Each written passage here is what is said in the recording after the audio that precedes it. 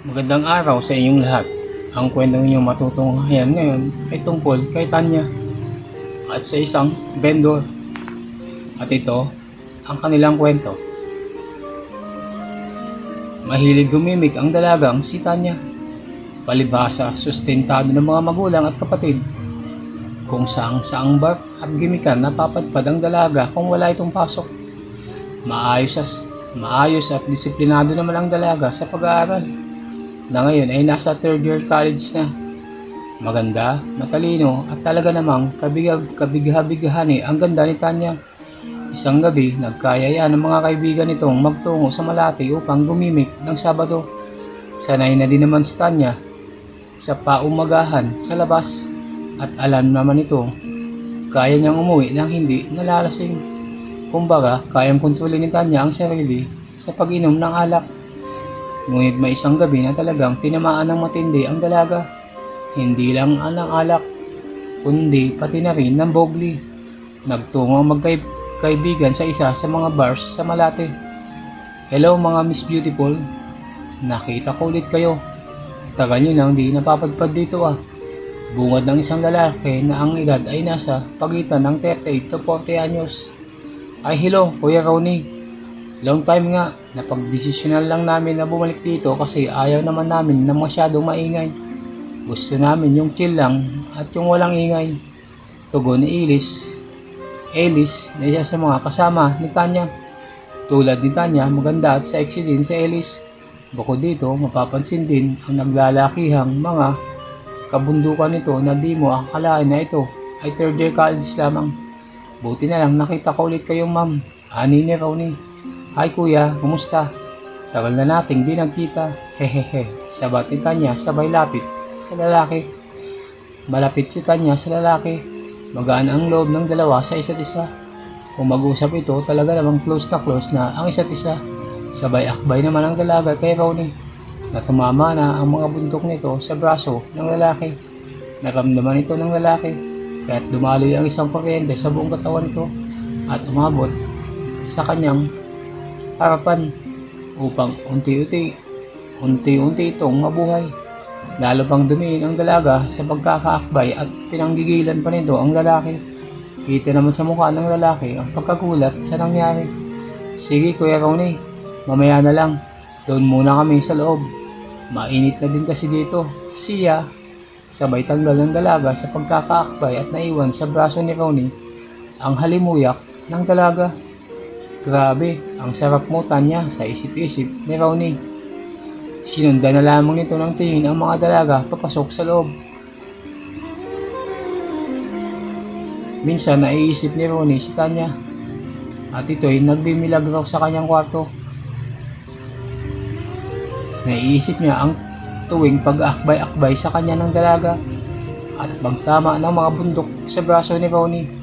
Ginagawa ng dalaga ang akbay sa tuwing magkikita ang mga ito. Minsan pa nga, pumupulupot pa ang dalaga sa mga braso ng lalaki na mas lalong nagpaparamdam ng bogli at minsan ay nasasalat pa nito ang mga dulo ng mga bundok na yon na dumidikit sa kanyang braso. Hanggang dito lang na nagkakasiya si Ronnie ang pagpantasya kay Tanya kasi alam niyang malabo niyang magalaw ang dalaga. "Hi Tanya, iba ka talaga," sa isip-isip ni Ronnie. Sabay pasok ng kamay nito sa loob ng kanyang panloob pababa upang ikambyo ang dapat ikambyo. Si Ronnie ay isa sa mga vendor sa labas ng bar na pinapasukan nila Tanya. Iba't iba ang tinda nito. May sitsirya, tubig, candy, kape at iba pa. Malakas kumita si Ronnie sapagkat siya ang madalas puntahan bukod sa malapit ito sa mga entrada ng bar ay napakabait pa ito sa mga tao, lalo na sa mga babae na mas bata sa kanya. Malapit lamang ang tinitirhan ni Ronnie sa bar, kaya anumang oras ay pwede siyang umuwi. Dahil din siguro may itsura si Ronnie makinis, may kaputihan at maganda ang pangangatawan, lalo na sa edad niya ito, malapit sa mga babae. Mababanaag sa mukha nito ang edad at napapalibutan ang labi at baba nito ng bigote at kalbas. na siyang nakakapagdagdag sa kanyang apil. Madalas na magkagusto sa kanya ay mga matatandang babae na naghahanap na lamang ng kalinga mula sa mga lalaki mas bata sa kanila. Bukod dito, matanggad din siya at kahit papano ay may pagmamalaking katawan na halata sa sinusuot nitong mga t-shirt. At dahil dito, napansin ito ng mga dalaga. Habang papasok sa loob, nagsalita ang isa sa mga kasama nila, Tanya. "Oy girls, maiba tayo, si Kuya Ronnie, napansin nyo? Medyo umaliwalas ang aura at ang laki pala ng braso at dibdib nito. Super daddy," sambit ng isa sa mga kasama ni Tanya. "Well, Tanya girl, total ikaw nakakakbay kay Kuya Ronnie. Matigas ba?" Tukso naman ni Ellis, sabay kalabit sa braso ng dalaga. "Anong matigas?" tanong ni Tanya. "Di yung ano niya, alam mo na, hahaha. Baliw ito talaga," tugon ni Tanya. "Girl, I mean yung braso ni Kuya Ronnie, matigas ba since sumakbay ka kanina?" "Ang girl, ang dibdib din niya, for sure. Napansin mo," tukso ni Ellis. "Kayo talaga?" "Well, actually, ang tigas nga, ang sarap maglambitin at saka umakbay." Ito ang tugon ng dalaga. "Grabe ka girl," tugon ni Ellis.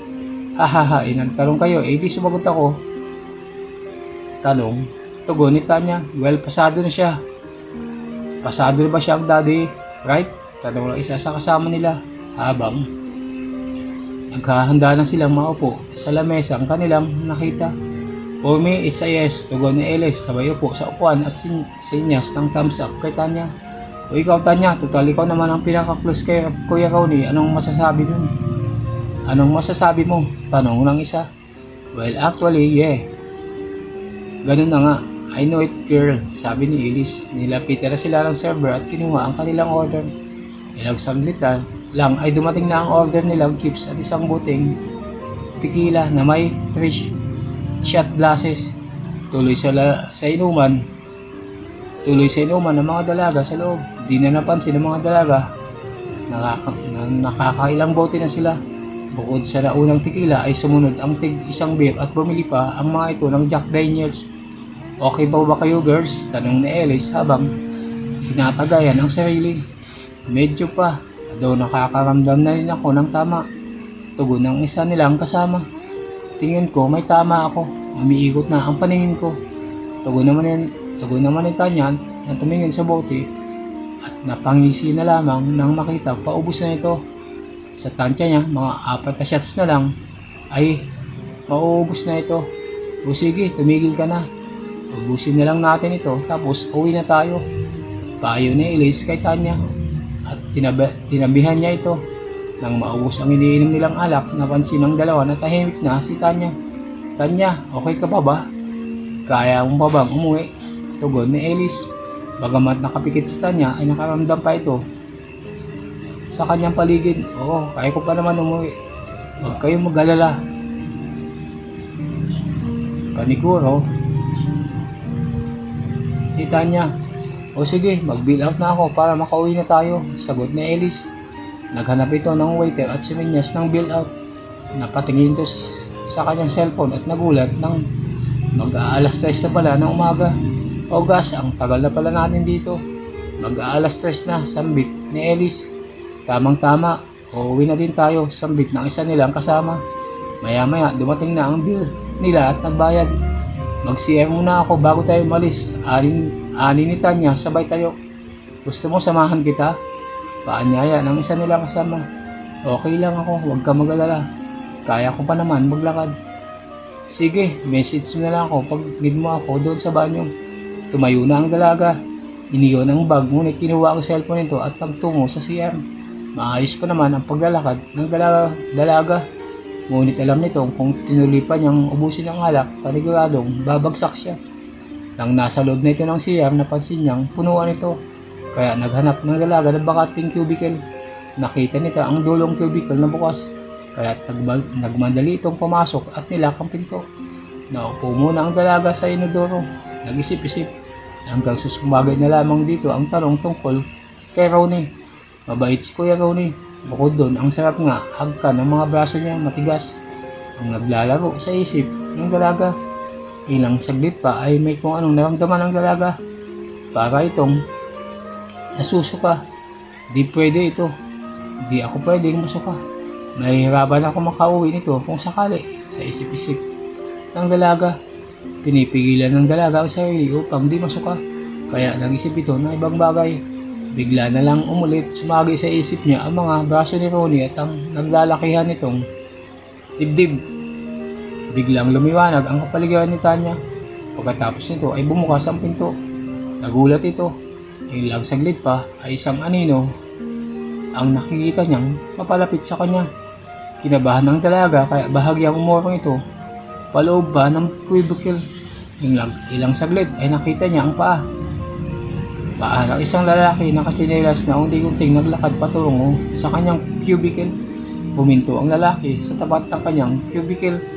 Tiningnan muna nito ang paa. Napatitig ng ilang segundo at unti-unting inakyat ang tingin.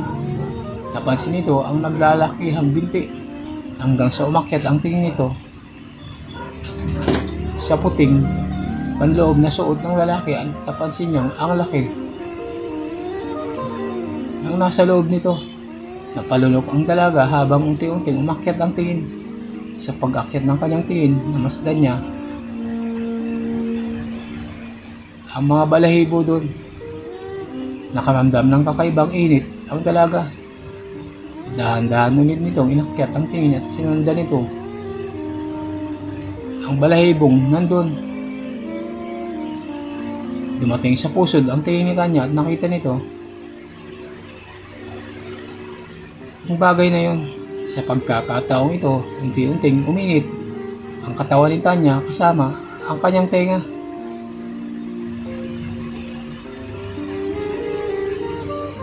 Hanggang dito na lang muna ang ating kwento.